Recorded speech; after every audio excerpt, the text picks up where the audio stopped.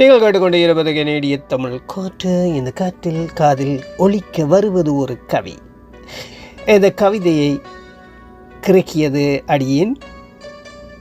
கவிதை அல்லது கிறுக்கல் உன்னிடம் மயங்குகின்றேன், உன்னிடம் மயங்குகிறேன், உன்னையே நினைக்கின்றேன். நீ அருகில் இல்லாத நேரங்களில் கூட உன் நினைவே எனக்கு அருகில். இது கொய் சேராத காதல், ஆனால் உள்ளம் விட்டு விலகாத காதல். நான் சந்தித்தால் கூட கண்கள் மட்டுமே பேசும், மௌனமே மொழியாகும். தொட்டால் சிதறும் என்பதால் தூரமே பாதுகாப்பாகும். சூழ்நிலை எப்படி இருந்தாலும், உறவுகள் எவ்வளவு மாறினாலும், உன்னை நேசிப்பது என் தனிப்பட்ட அனுமதி.